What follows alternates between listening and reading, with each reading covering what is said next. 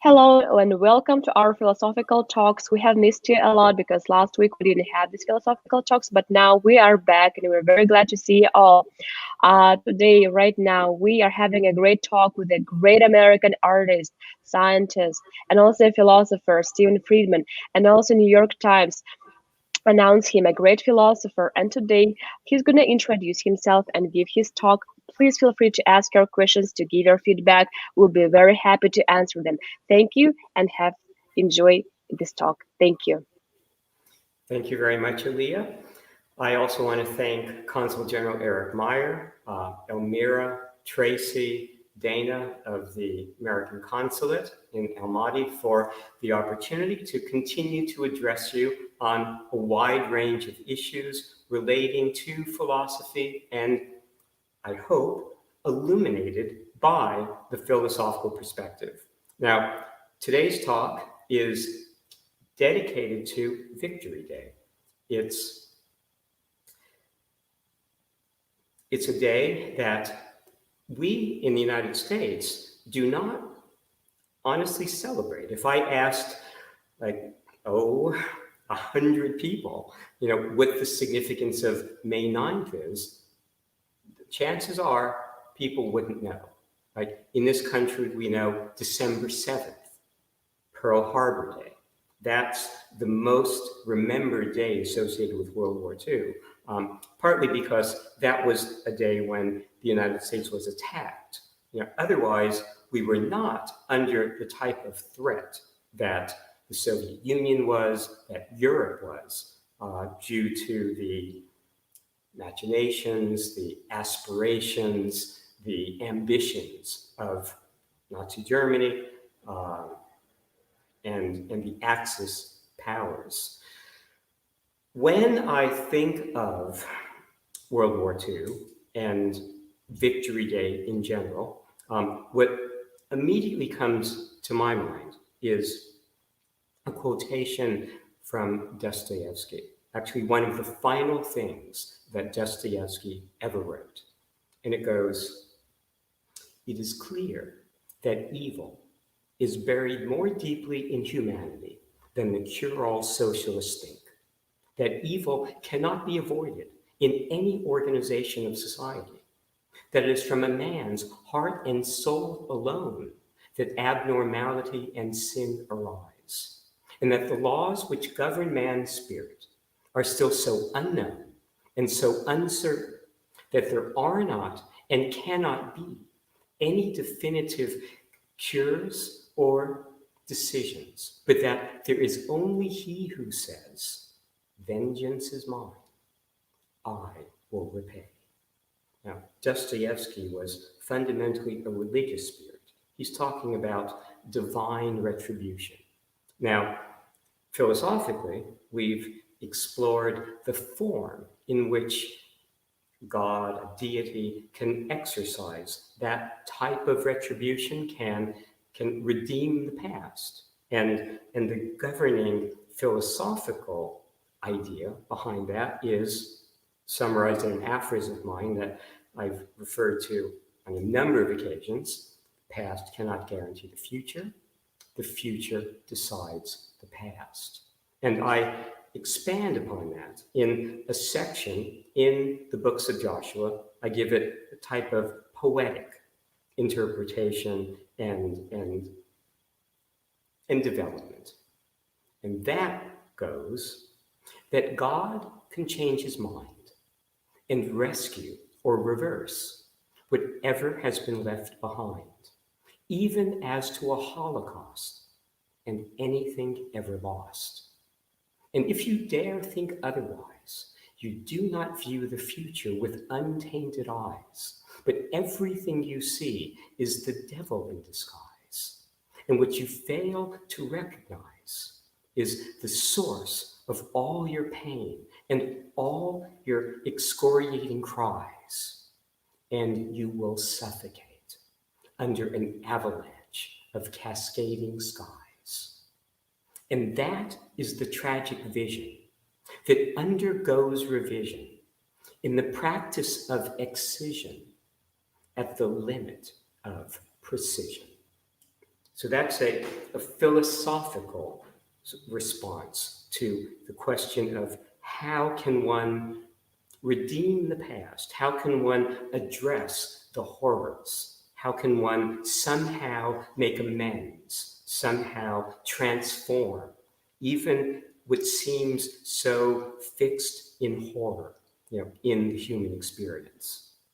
Obviously, we're dealing with something that occurs only at certain extremes of a response to past experience. But again, I've emphasized that even the question of the ultimate reality of what we're experiencing is vulnerable, is dependent upon the nature of future experience. And so future experience can even reach back to the horrors of the past and transfigure them, okay? Philosophically, at the limit of rigor. Aside from that, war is a question of force. But there have been some interesting comments made about the place of force in human life by people that have really an extraordinary window, on that phenomenon. One is Napoleon. Now, this is actually the 200th anniversary of the death of Napoleon, so I think it's appropriate to reference Napoleon. And again, I do so in the spirit of here's an individual who was clearly a formidable intelligence, someone that Goethe, the writer that Einstein most admired, went to repeatedly, was seen as a supreme sage, of Germanic culture. Goethe met Napoleon. It was a famous meeting. And at the end of it, Goethe emerged and exclaimed, "Voila, un homme." He later expanded that by saying that he felt Napoleon represented the most powerful intelligence the human race had yet produced. Well, whether that's true or not, certainly he's someone whose views really demand attention, even if they're not ultimately embraced, even if some of his efforts, his ambitions are not now celebrated. But Napoleon strikingly made the remark once that what most amazed him was the ultimate inability of force to organize anything, to organize society, to maintain a sway, a hold over people. He went on to explain that he felt the spirit was incomparably stronger than the sword. And by spirit, he meant the basic civil and religious institutions and traditions of the society. That we go to force, but it's not the ultimately satisfactory avenue of achieving long-lasting results. It's a view that takes a slightly different form in the writings of Sun Tzu, the great military philosopher. He was a general. He was also a philosopher, lived about 500 BC in China. He wrote one of, if not the most celebrated works of military theory ever put into words, and it's The Art of War. And in that work, he also emphasizes that the supreme art of war is to defeat the enemy without ever fighting. Okay? So again, an acknowledgement that force has a fundamental weakness associated with it. In fact, it's ultimately a manifestation of of a profound weakness, that diplomacy or persuasion or our fundamental sense of self is not strong enough to resist the temptations to exert force. In fact, one of my aphorisms, the exercise of power is weakness. And we see that in a lot of different areas of human life, human experience. We see it probably most profoundly in the interpretation that Kierkegaard, the great Danish philosopher, gives to Christianity. Kierkegaard addresses the question of why did God, if he's going to take human form, not take the form of Alexander the Great, not take the form of a great worldly conqueror? Instead, he takes the form of a humble, a poor, carpenter, right? Someone that doesn't manifest any of the trappings of power that in general tend to command respect and awe on the part of human populations. Well, God takes the form of a humble carpenter because God is the supreme power, the supreme force. He doesn't need to make a display of it. Right? And in fact, the same thing applies in terms of our kind of daily human dealings, human interactions. It's often said that confidence is the human characteristic that people find most attractive, most compelling, in other people, in romantic relationships. It's confidence that often attracts the partner. Well, confidence is exhibited when it's not armored or making a show of strengths that are really beside the point. If somebody is approaching somebody and dangling car keys, to try to impress them, with a drive, or if somebody is ornamented, in expensive jewelry, well, that's making a show. It's making a show of power. A show of power ultimately represents a fundamental acknowledgement of weakness. That's why we make that display, because we are feeling that we ourselves at some deep level, are deficient, lack the power. Right? One of the common sources of warfare plays upon, that general aspect, to human life, the general insecurity, sense of weakness, of powerlessness that people feel. The Greek historian Thucydides, considered maybe the first really major, careful, critical historical writer, wrote a history of the Peloponnesian War. Right? And one of the things that's most remarkable about that history is the degree to which that war and the conflicts, that emerged, over the years were almost always the result of petty slights, petty insults. One ruler of a city-state would not be treated quite, with the right sort of deference, or would feel that a tone of voice, was disrespectful.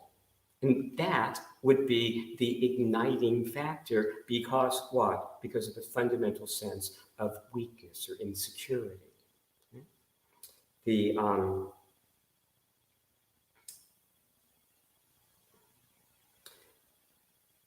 Napoleon has another comment, actually, that relates to that issue. He says, in order to avoid nations going to war, one must avoid the pinpricks that lead to cannon fire, right? Those subtle, slight, again, insults or displays of disrespect or insufficient respect that prey upon, again, our the fundamental weaknesses of people that are not quite as confident as Jesus, Son of God, is, that he can adopt the role of a poor and humble carpenter, in communicating his message.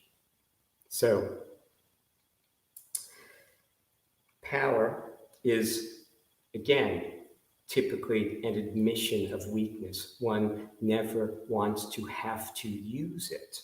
And that's part of the point of our nuclear arsenals, right? They are at such an extremity of power that their use is almost unimaginable and often, typically, but not necessary. We don't come close to their exercise. But force, rather than being, again, an organizing principle, is an admission of a kind of failure, a kind of inadequacy in addressing an issue. When it's carefully considered, the only legitimate force that one can point to in human affairs, human activities, is the force, the power of rigor. That's the incontestable stand. That's the force that renders the display of any other type of response superfluous, unnecessary. The limit of rigor is philosophy. The limit of rigor is that which stands up to all possible assaults or insults. So, in a sense, force is the legitimate domain of philosophy of the limit of rigor, where it's its natural vehicle because it's incontestable. And the incontestable is the ultimate power, the ultimate foundation, the ultimate bedrock of our lives, of human life. Any other type of exercise of force is weakness. So, and again, at the highest level, that was understood. Napoleon understood that. Sun Tzu understood that. And we would do well to understand that.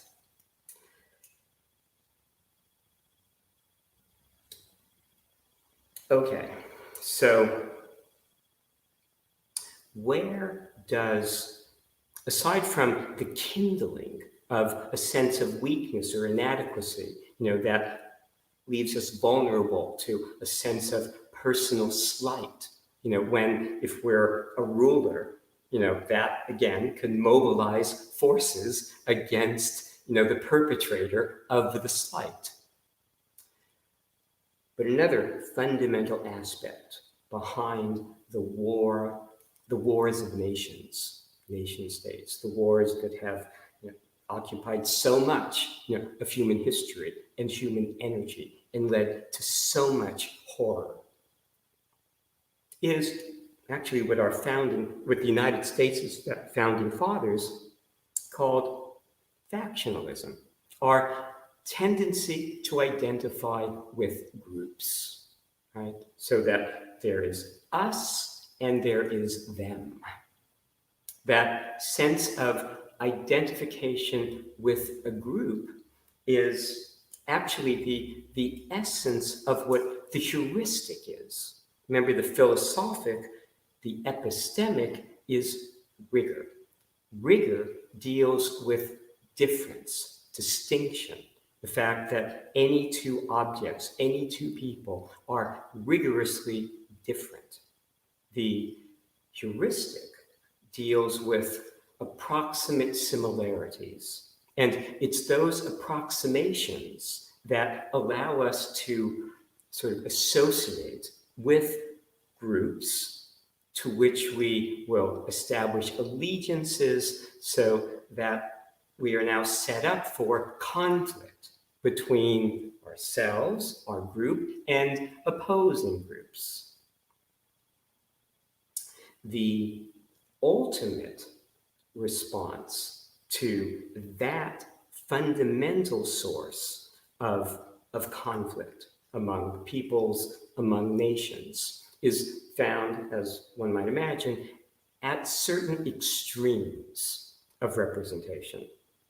At the extreme of convergence, at the extreme of divergence. Another way to say that, let me explain it. In a epistemic space, a philosophic space, a rigorous space, in the actual incontestable reality of our circumstances, where any two things are rigorously distinct, any 2 points are rigorously distinct, any two things that we can recognize as two and not one are rigorously distinct. That represents a divergent space. Everything is distinct from everything else. Things are not being grouped together.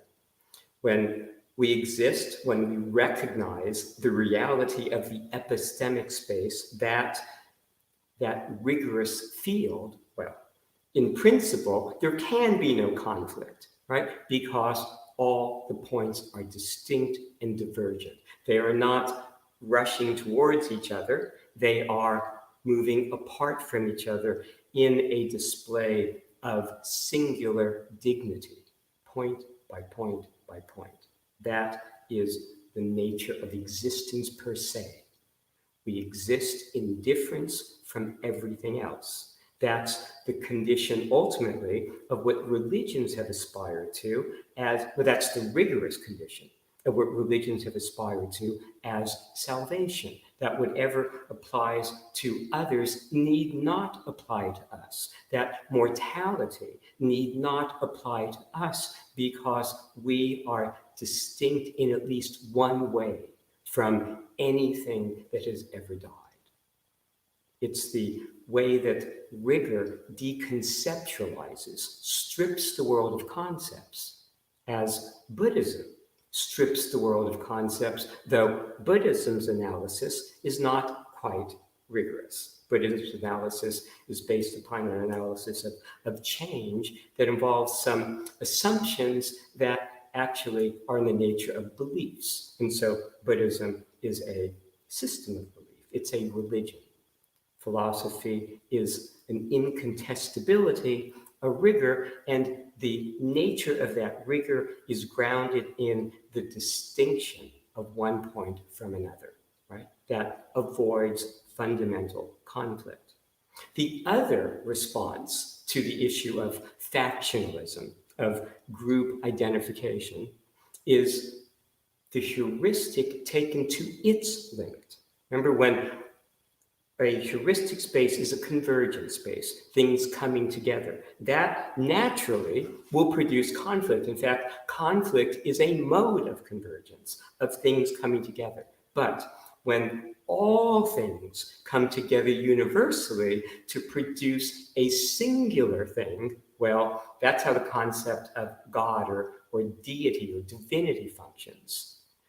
Divinity or deity is all things becoming one thing in that deity, in that concept of God. And that functions to strip the world of distinction, because, again, when all things become one thing, well, there's nothing to distinguish from anything else. So, and the best way to, I think, imagine that is, kind of picture a room, an interior in which everything is the same color and exactly the same tone. In that case, we wouldn't be able to distinguish one object from another. When all things become one thing, all distinctions vanish. That is the nature of the logic of the concept of God, and that's how that logic is able to end conflict. Everyone is one, right? So at the limit of divergence in a rigorous epistemic space, conflict, group identifications cease. We have in its place the dignity, the singularity of the individual. And we see that expressed in religious traditions. Kierkegaard said that on his tombstone, only two words were necessary: the individual. It's a major theme, right? But alternatively, all things becoming one thing, all people sort of seeing themselves as one, represents a limit of convergence that achieves the same result, but not rigorously. It achieves it as a mode of belief. And it actually is represented by a philosophical principle, a governing philosophical principle, that the limit of the heuristic is the epistemic. When all things become one thing, there's a deconceptualization, a loss of concepts, of distinctions that gives the same result as the limit of divergence. But the point is, in both instances, limit of divergence in a rigorous philosophic space, limit of convergence in a heuristic space representing the nature of the logic of religious concepts like God, conflict vanishes. It's only in the intermediate spaces where we identify with groups that sets us up for the type of conflict that has engaged nations in warfare. One of the first things I ever memorized without intending to, it just kind of stuck in my mind when I encountered it. And I was young. Before I was reading philosophy, and I've mentioned in the past that happened when I was like 12. But before that, I was reading a lot of science, including biographies of Einstein. And the first thing I remember just memorizing unwittingly was a comment that Einstein made that relates to these issues. And he said, "I've never belonged wholeheartedly to any nation or group or even to my own family. Such isolation is sometimes bitter, but I do not regret being cut off from the sympathy and understanding of others.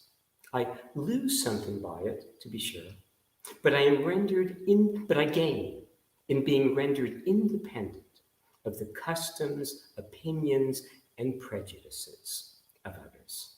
And later in his life, Einstein was famous for advocating a world government, right? Again, to end those arbitrary kinds of group identifications that are the ultimate support of the type of conflicts that have plagued human history. Well, so we see that conflict fundamentally arises within heuristic spaces, right? That's, in fact, again, a characterization of what a conflict is. It's a coming together, a colliding sometimes. That is a mode of convergence. Well, something that arises within heuristic spaces also tends to play itself out in those spaces. And what I mean by that is the conflicts that give rise to war are also going to make use of the various convergent means that define that type of space, right? A heuristic convergent space. So, and how do we, again, imagine convergence? It's it's a sort of a sophisticated word, but for a simple idea, things coming together, right? Things coming together in terms of our experience, like we represent, accumulations of experiences. Right now, as giving this talk, I'm experiencing, a whole sort of sensory array, right, around me. So that's an example of convergence. Well, again, from talks I've given, the governing principle of heuristic space, the governing principle of convergence is that in order to achieve a goal of whatever kind, the goal might be victory in a war, one's going to bring together enough elements. The fundamental heuristic principle is that some number of elements brought together, some number of repetitions or additions, whatever it might be numbers of soldiers, it might be numbers of arms, it might be various strategies, but some admixture, some bringing together of elements will achieve any given result, achieve any given goal. That's the fundamental principle of heuristic space. Now, you say to yourself, well, but will that guarantee? Can we be guaranteed a given result? Well, the fundamental difference between heuristic space and epistemic space is that heuristic space is not rigorous, right? By definition, which means we can't know in advance. You can't know in advance regarding anything that you do in heuristic space, namely whatever group of ingredients, convergent factors you bring together, you can't know in advance that that will achieve a given result. If you're experimenting with making a light bulb, you can't know exactly what elements are going to be necessary for a successful filament. You can't know how many times you might have to attempt, some new combination. You can't know that, a certain number of tanks or planes or armies are going to achieve a result. All you know is that in principle, some number of elements will. And so when in doubt, add more elements. And that, of course, obviously is the main strategy, right? That the main reason that, for example, during World War II, the United States was seen as such a potential problem for Germany was its industrial capacity. That at some point, the United States would, in principle, be able to outproduce the other nations involved, and the number of elements it was able to introduce into the conflict would ultimately allow it to prevail. Now, again, an outcome is not certain, and one doesn't know how many elements might be necessary, but one does know, heuristically, some number will work, and if it hasn't worked yet, well, one keeps trying. Right? That's why we never, never, never give up, never, never, never surrender, right, in Churchill's words. There are, though, and numbers is like the main thing that we look to in terms of what achieves a given goal, in, again, a heuristic space. Numbers of troops, numbers of men, numbers of arms. Right?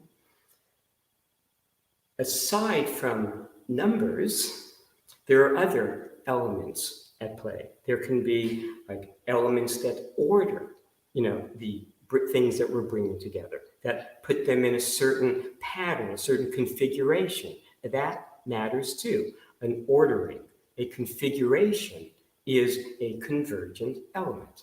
Okay? A design, a strategy. In war, the single most important strategy, the single most important convergent element aside from numbers is deception. And again, no less an authority than Sun Tzu proclaims war is deception, all war. Now, whether we want to embrace, that extreme representation and characterization of war, certainly we have plenty of examples, including during World War II, of the role that deception plays. And what's interesting is how deception links to other fundamental aspects of human life and experience. In terms of World War II deception, what immediately comes to mind is like D-Day, that the Normandy invasion, June 6th, 1944, was the most ambitious amphibious assault in history up to that time. The invasion of Japan, if it had become necessary, the United States had undertaken, such an effort, would have exceeded even what the investment of troops and equipment that was allotted to D-Day. But at the time, it was the most ambitious undertaking ever planned. Nevertheless, deception was central, to the design, of the enterprise. In fact, the most feared general, the most feared American general in the minds of Nazi Germany was Patton. Patton was placed in charge of a phantom army that was created around him, in southeastern England, opposite the Pas de Calais, where people thought the invasion would take place because it was the narrowest point, between the narrowest point of the English Channel. One second. I think I have to get a mosquito. Okay, sorry. An entire army with even inflatable tanks that from the air, from aerial reconnaissance, looked like real tanks. An entire army was created to deceive the Germans that the invasion was actually going to take place at the Pas de Calais and not at Normandy, at the beaches of Normandy. So deception, decisive. Even when the Enigma code was broken. The Enigma code was the encrypted means that Germany used to communicate during the war, to communicate to its troops, to communicate to generals. When the Enigma code was broken by Alan Turing and his group in England at Bletchley Park, they were very careful to avoid letting the Germans know they had broken the code. They didn't want to use all of the information they had at their disposal to ensure victory after victory, because very soon the Germans would suspect our code has been broken. So even at the level of deception itself, one uses deception to basically conceal other deceptions. The soccer player Maradona, who died this past year, talks about the fact that deception was the key to his success in soccer, in football. That what he cultivated was the ability to establish in his opponent a sense of anticipation as to how he was going to move, an expectation that then he would thwart. A thwarting of expectation, going in an unanticipated direction, setting up, an expectation and then denying it, then thwarting it, was central to Maradona's success. It's also central to how humor functions. In humor, the setup of a joke has you anticipating a certain outcome, a certain direction of response. The punchline goes in a different direction, and that liberation from expectation is the nature of humor. That sense of liberation from expectation is intimately related, in fact, to the Buddhist experience of enlightenment. That enlightenment is preceded by laughter. Why? Because laughter signifies a liberation from expectation. And a liberation from expectation is part of what salvation entails. It's part of what rigor achieves, right? That we cannot rigorously anticipate results, only psychologically or based upon past experience, but that isn't a rigorous factor. And again, anything short of rigor is not going to achieve, at least as philosophy sees, the landscape of these issues, not going to achieve a complete solution and a strong solution to the problems of human life. Only the limit of rigor. And the limit of rigor provides a release and escape from expectation. So we see that even at the level of humor, even at the level of salvation within Buddhism, we're encountering something that connects to the fundamental nature of the exercise of war, just to show, again, how fundamental issues are at play, the nature of the human mind's anticipations and how to thwart them to achieve a given objective. That objective might be laughter, that objective might be victory in a conflict. Well,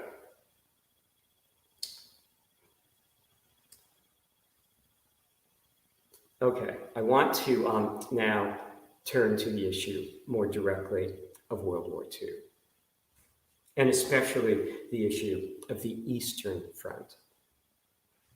The title of this talk is The Leningrad Symphony and the Philosophy of War and Peace. Right?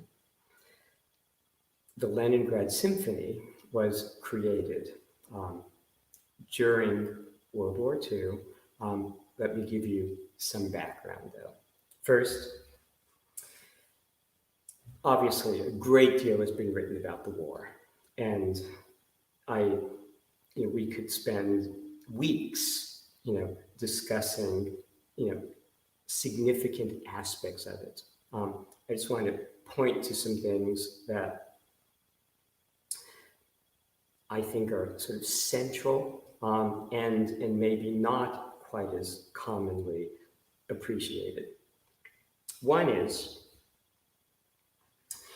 the fact that Napoleon, Hitler, Stalin all began their careers as artists of one form or another. Napoleon was a novelist. Hitler was a painter. Stalin, a poet. Now, I've mentioned before the American philosopher of the 1960s, Eric Hoffer, a longshoreman who wrote aphoristically, basically political philosophy. In his final work, Before the Sabbath, he commented that when a leader, conqueror, a major sort of presence, political presence, begins his or her career as an artist, well, expect the unexpected. Because they're dealing often with an ambitious vision, a synoptic vision that can inspire extremes of response and engagement. Another fundamental issue, though, in terms of World War II in particular, and Hitler in particular, is what we were talking about earlier, that sense of weakness, the sense of failure or inadequacy, right? That can be dangerous in terms of its ultimate implications for action, especially on a nation state level. Hitler famously was rejected by art academies in Vienna that he aspired to attend. He also merged personal failures of that sort with the failure of Germany in World War I and the subsequent humiliation.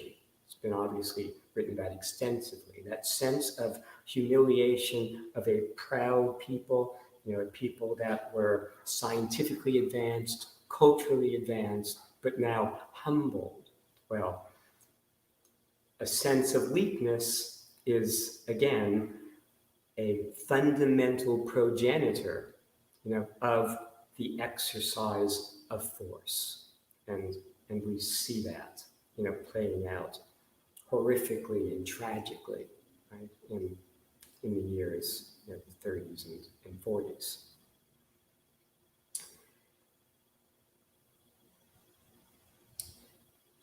One of the things that we want to keep in mind in viewing the course of the war, and especially what happened on the Eastern Front, that is going to be the focus of the Leningrad Symphony, is Hitler's early success. The fact that against all advice, against all odds, against all expectations, against the advice of his generals, Hitler was successful in invading France and subduing France in 6 weeks. With that victory, Hitler was not going to listen to the advice of anyone. He was going to follow only his own judgment, because his judgment had proved right against the contrary opinions of everyone around him. So basically, that victory, in particular, created a monster. Right?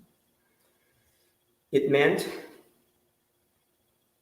he was not going to listen to other people's advice. Now, it's been said that Allied forces at various points could have engineered the assassination of Hitler, but they desisted because they wanted him to remain in control of the execution of the war strategy for Germany, rather than having it fall into more competent hands. Because again, Hitler's main claim to military acumen was these early victories. It led him to feel that he was invincible. The German armies were invincible. The German Air Force was invincible. Now, Hitler was operating within that group thinking, that type of factionalism, that I've pointed to as the ultimate source of national conflicts. Hitler's thinking was racial and racist, right? That he was not interested, for example, in subjugating Russia, the Soviet Union. He was interested in annihilating the Russian people, the Slavic people, because he felt that genetically they were inferior, that the Germanic peoples were the supreme exemplar of humanity. And they were the ones who deserved to have whatever they needed, whatever land, whatever natural resources, the oil fields of the Caucasus, the rich farmlands of the Ukraine. That was going to be living space, Lebensraum. Right? Hitler was writing about that from the time of Mein Kampf in the 1920s. That was not a late and strategic adoption on his part. It was central to his thinking, and it is central to the drama that would play out in the invasion of Russia. When it came time to undertake that invasion, Hitler and his advisors carefully studied the example of Napoleon, the failed example, right, of Napoleon's attempt to invade Russia.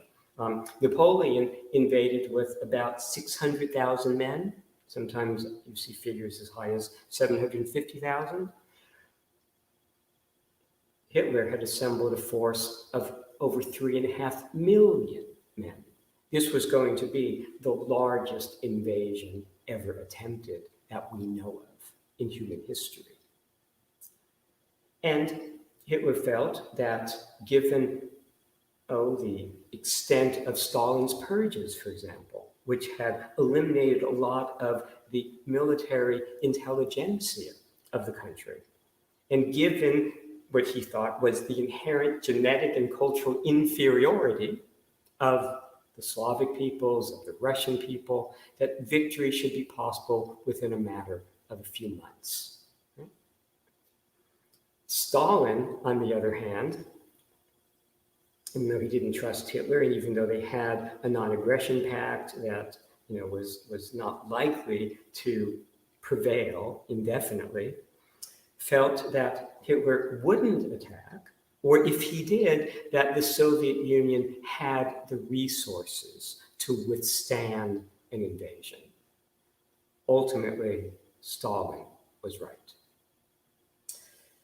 The most, well, I don't want to say most famous, but one of the most famous, one of the most heart-rending aspects of the invasion of Russia was the attempt to subdue Leningrad.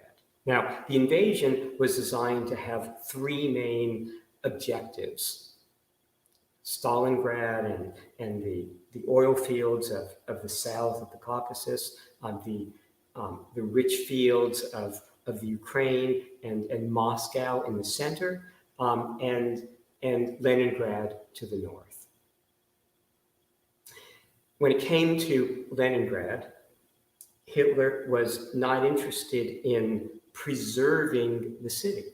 He gloried in his conquest of France and in his occupation of Paris. So that was like a crown jewel, of his achievement. But he had no respect for the Russian people or Russian culture, and his interest in Leningrad was in basically annihilation. Right? He ultimately decided on a siege tactic. He was going to starve the city into submission and effectively kill all of its inhabitants. The siege of Leningrad went on for 900 days. It started in September. The invasion of Russia started in June 22nd, 1941. The siege of Leningrad started in September, a few months later. It lasted until January of 1944, 900 days. The actual toll that the siege took, which was an attempt, again, to starve the city into extinction, is estimated to have been over 1 million civilian lives, maybe 500,000 Russian soldiers. It is the most devastating siege of a city in terms of loss of life that we know of in history. The city obviously suffered horrifically, not just from constant bombardment, constant artillery assaults by the surrounding German forces, actually German and Finnish forces, Finland to the north. But there was no food. There was at one point a very thin supply line established, in one direction, but obviously grossly inadequate to deal with the needs of such a city. In the midst of this horror, in Leningrad was residing, at the beginning of the siege, Dimitri Shostakovich.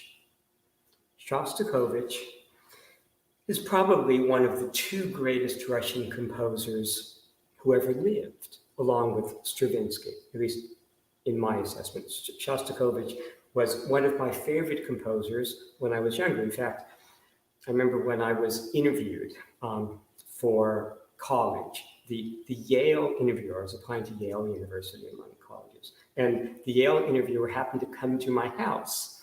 And when he entered my bedroom, I happened to be listening to Shostakovich's Fifth Symphony. It was a symphony that I listened to for about a month, when I was young, a month straight, every day, Shostakovich's Fifth Symphony. I also loved his Seventh Symphony before I knew its story. Well, Shostakovich began composing a symphony when the city was under siege. It would become his Seventh Symphony. It's called the Leningrad Symphony in honor of its birthplace and in honor of its significance in relation to its subsequent history. Shostakovich planned an enormous work, a work that would require over 100 musicians to perform. It ended up being one of the longest symphonies ever composed. It was started in Leningrad. I think its first two movements, maybe 2.5 movements, were completed in the city. Then Shostakovich, for his own safety, was moved to Moscow, relocated. The Soviet Union recognized his significance, as a composer, the power of the music. He was then moved further inland, to present-day Samara. And that's where the symphony was completed, about 6 months or so after the siege began. It was given its premiere in Samara. But then it began an incredible journey. For one thing, it was performed in Moscow. It was then microfilmed, flown to Tehran, driven to Cairo, flown to London, where it was given a premiere, given a performance in, I think it was like June of 1942. It was then flown to the United States, where major conductors like Toscanini and Stokowski vied for the privilege of performing it for the first time in New York for the United States. Ultimately, Toscanini was given the honor. He was the most esteemed conductor of that time, also a staunch anti-Mussolini in his political thinking. He performed the symphony. It was broadcast to an audience of over 20 million people. The recording of that performance still exists. You can go to YouTube and listen to Toscanini perform the premiere in North America of this monumental work by Shostakovich. Unfortunately, it's not a good performance. I listened to it the other day. I didn't like it. And then I read more about it, and it turns out apparently Shostakovich didn't either. Okay, so I'm not recommending that for aesthetic appreciation. For historical significance, obviously, it's a remarkable document. That performance still exists. Then in August, on August 9th, 1942, it was scheduled to be performed in Leningrad, while the city was only halfway through its siege. So the population was starving. There was an orchestra. The orchestra was now down to 14 members. The drummer that was needed for the performance was found by the conductor. The conductor was conductor Eliasberg. Eliasberg found his drummer in a morgue. He had been placed in the morgue because people thought he had died. But when Eliasberg, the conductor, sought him out and found him in the morgue, he saw his fingers twitching and basically brought him back to life, brought him back to Symphony Hall to perform. Soviet troops had to be requisitioned. Anyone who had any musical skill or background was brought into the orchestra, was trained to be able to perform what is, even to this day, an exhausting symphony. Well, tickets were sold in the city. People were eager, in their desperation, in their suffering, in their loss, losses that reduced some individuals, it appears, to cannibalism. That was how desperate the circumstances were in Leningrad. Remember, 1 million civilians died. Nevertheless, the city was committed to performing this work, where Shostakovich had been born and where Shostakovich had begun the composition. And it was to that city that Shostakovich dedicated the work. That's how it gets the name, the Leningrad Symphony. The orchestra members themselves were starving. They were given extra rations, but even so, it was hard for some of them even to hold their instruments. The concert hall was full, okay, on the occasion of the actual performance. And that date, August 9th, 1942, was selected because Hitler had planned that date to be the date of celebration of the extinction of the city. Well, not only was the concert hall full, but speakers were placed around the city so that the inhabitants of Leningrad, who were not able to actually attend in person, would be able to hear. And not only that, these speakers were directed outside the city so that the German troops who were surrounding it could also hear the music as it was played. And let me complete the story, and then I'm going to play you a couple of excerpts. The musicians, without much rehearsal, right? In fact, when they performed the piece, they had rehearsed it through from beginning to end one time. A very difficult work, one time through. In the course of the performance, some of the instrumentalists had to be encouraged by the audience to keep playing because their strength was giving out. But the performance was completed. At the end of the performance, there was a moment of silence. followed by thunderous applause, a standing ovation that lasted for over an hour.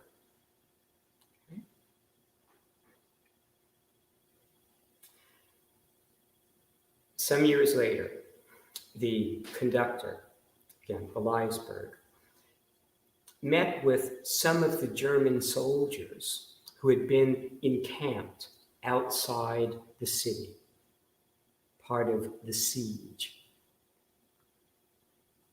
The German soldiers all heard the music. Many of them were reduced to tears. The soldiers and their commanders both admitted that when they heard that symphony, they knew they were going to lose the war.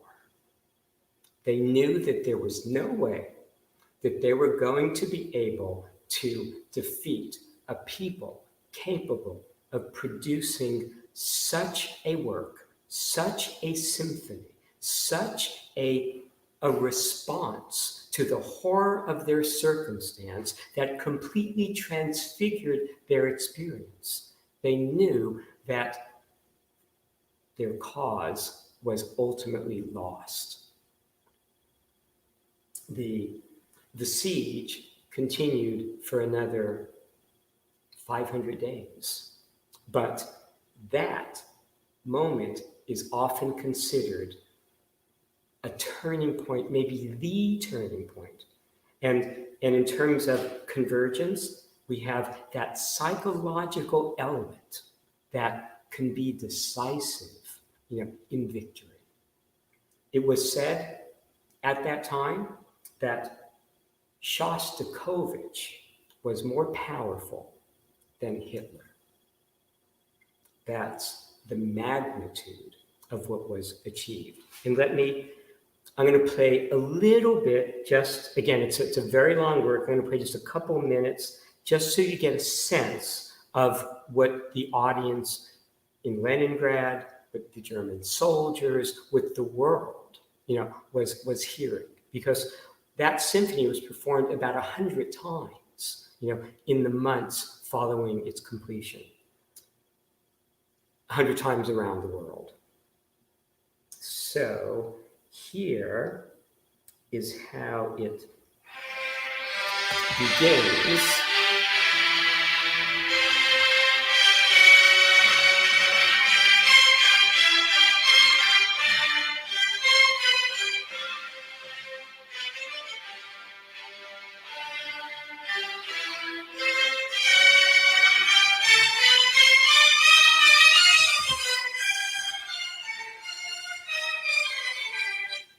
Okay, then there's a famous march theme that dominates the first movement, which is a half an hour. Many symphonies are half an hour in total. This was the first movement. And it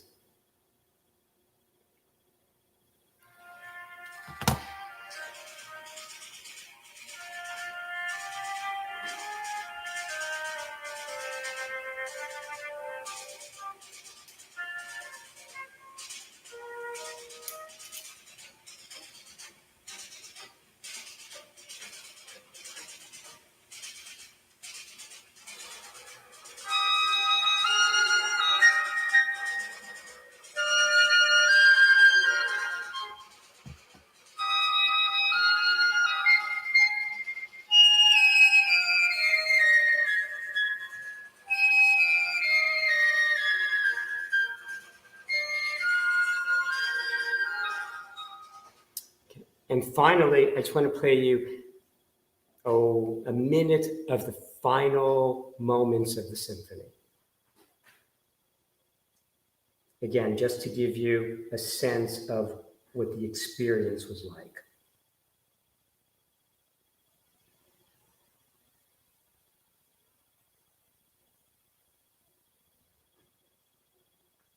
Oops.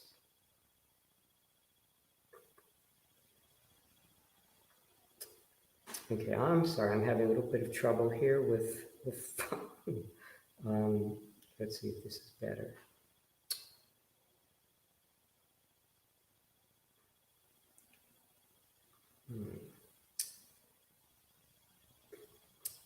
Okay, one more second. Sorry.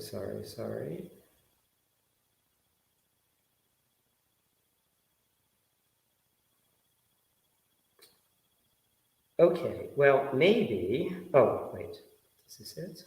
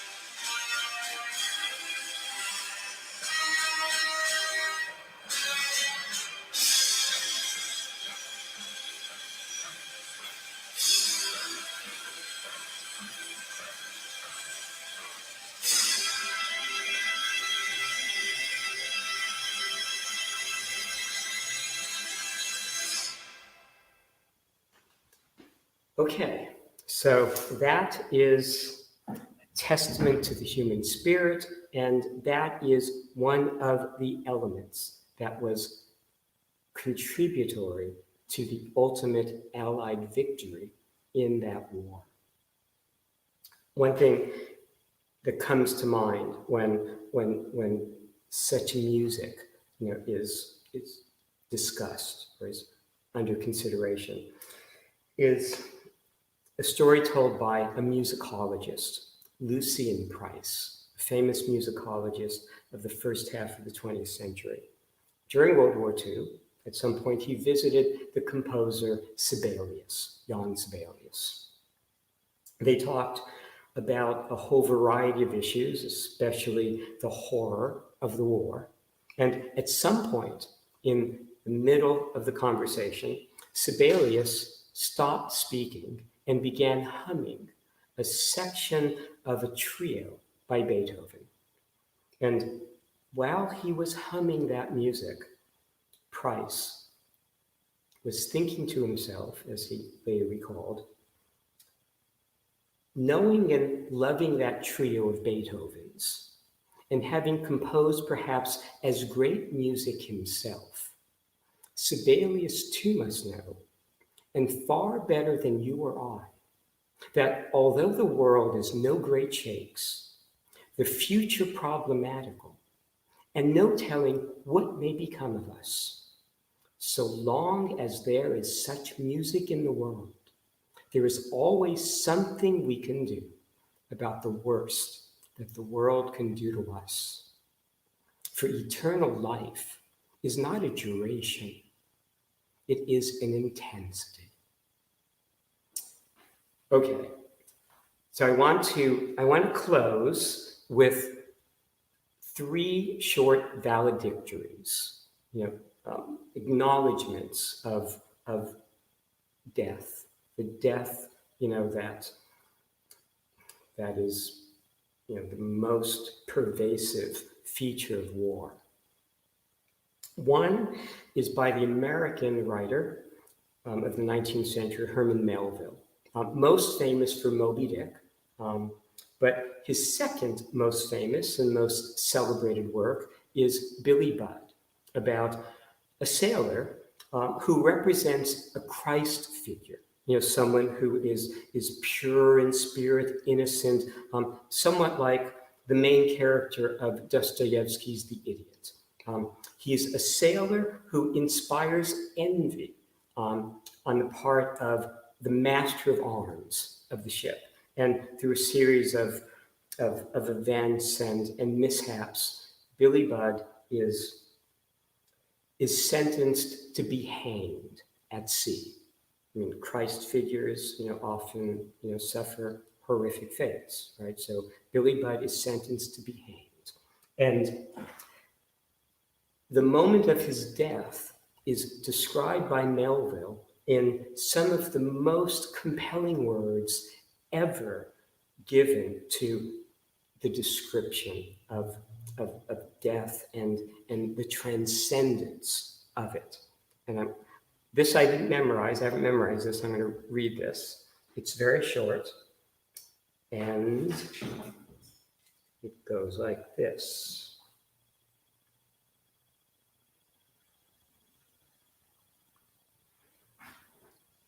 At the same moment, the moment of Billy's death, at the same moment it chanced that the vapory fleece hanging low in the east was shot through with a soft glory as of the fleece of the Lamb of God seen in mystical vision.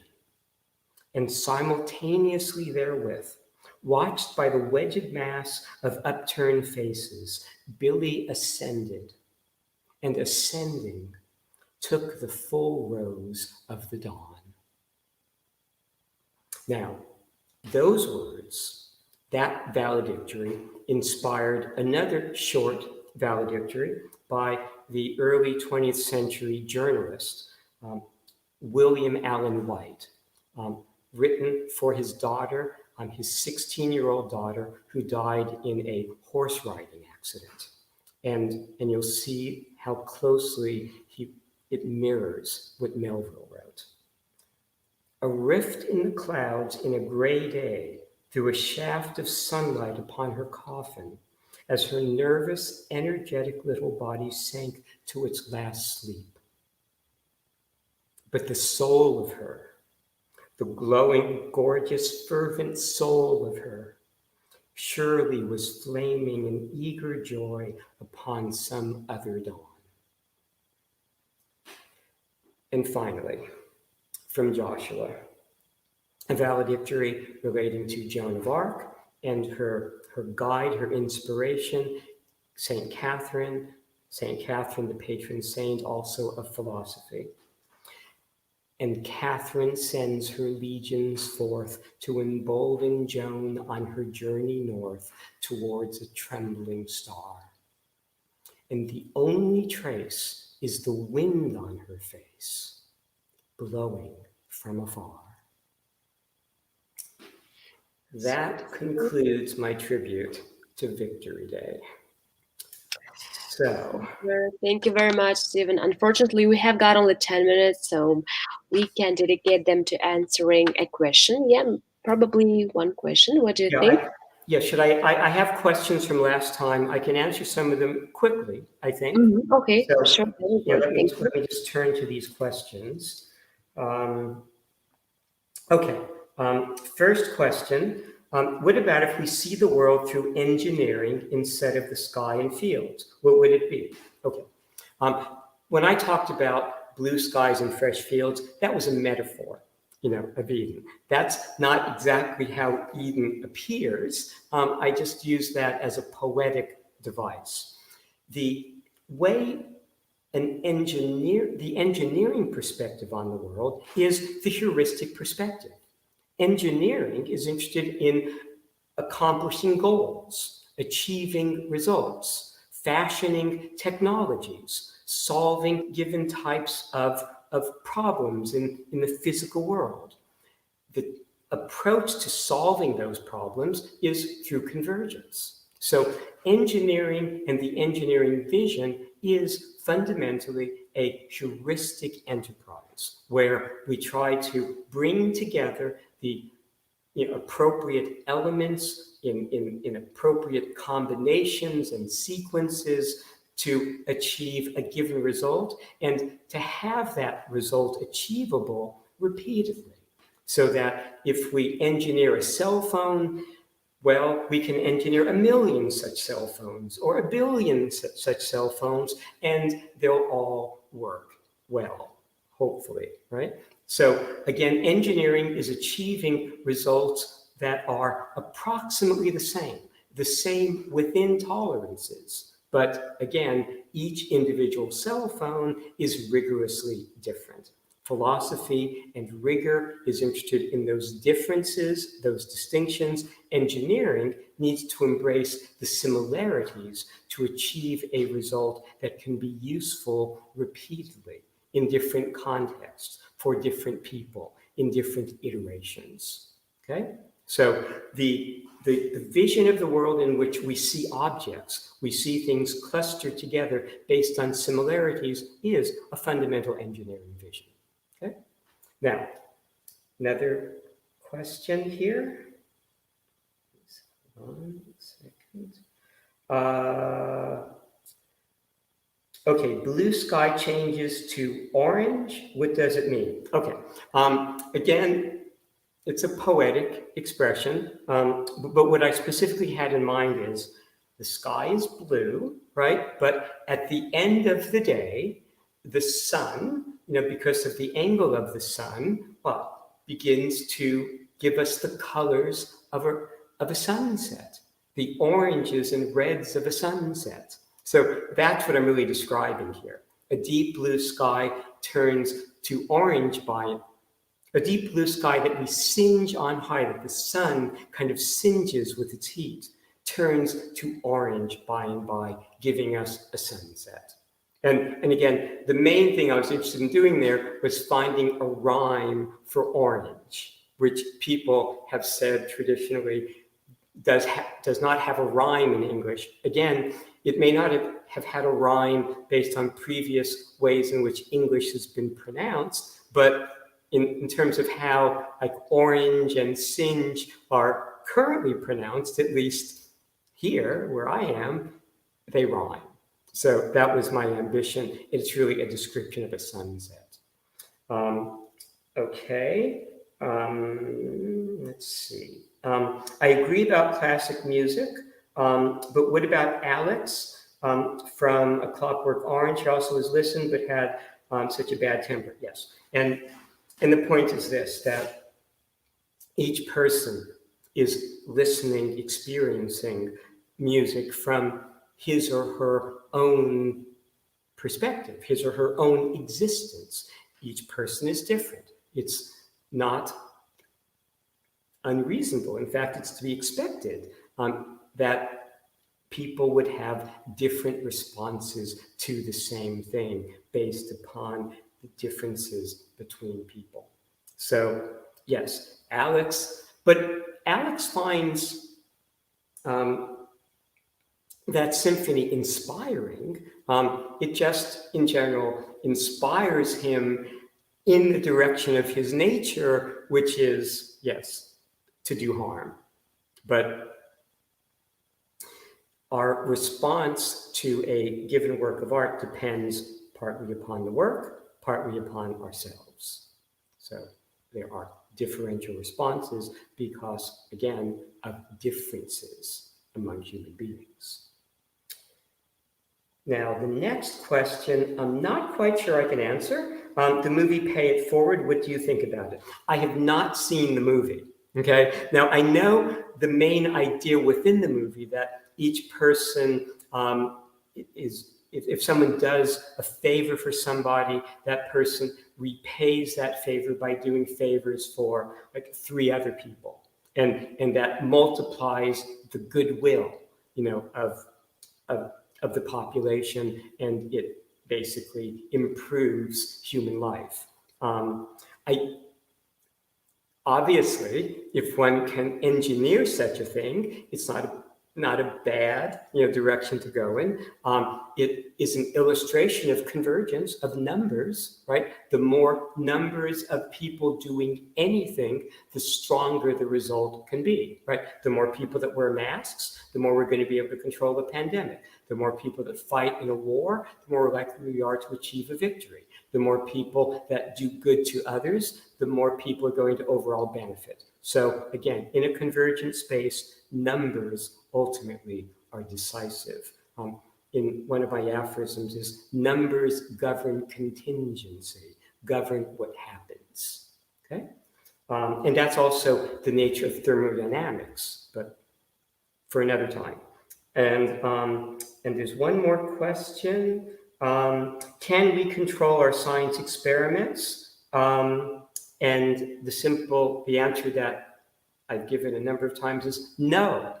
That scientific experiments are theoretically, a controlled scientific experiment is theoretically impossible. It is possible to do it approximately, but not rigorously, not exactly, because of the nature of existence itself. And there are a number of aspects to it. One way to explain why is that the world is different in different directions. And so any two objects in an experiment, the experiment and the control, are going to occupy two different spaces, two different backgrounds, and that can represent the confounding variable that makes a rigorous conclusion impossible. So rigor is only found within philosophy, not within the sciences. That's why we say one believes in a scientific result. One does not believe in a philosophic result. In a philosophical result operates only at the limit of rigor. It is incontestable. It's not a matter of belief. But a scientific result, because it's not rigorous, can be believed or rejected. Okay. Super. Thank you very much. Thank you. For today, that's all. But we have got a few comments. Okay. Hello, Mirjalal. Thank you for joining us. Thank you. Hello, Vladimir. Thank you for joining us today as well. And also, we have got one question that will be answered next week. Okay. Let me read it out. If I was a German soldier, I maybe think we also have such masterpiece too. Germany has so many talented, gifted musicians too. How do you think about that? Thinking We'd love to answer that question, and will next time. That is something I appreciate that question. Yes, I will talk about that next time, definitely. One more time, we would like to thank the U.S. Consulate General here in Almaty. Thank you very much, Stephen, for joining us weekly. And also, we would like to thank American Space Almaty. Please feel free to join us next week. We'll be waiting for you. Check our social media. And thank you very much, Stephen, for dedicating your time to having such a great talk. Please stay tuned, stay safe, and hope to see you next week. Thank you. Thank you very much, everyone. Hope to see you next week. Bye.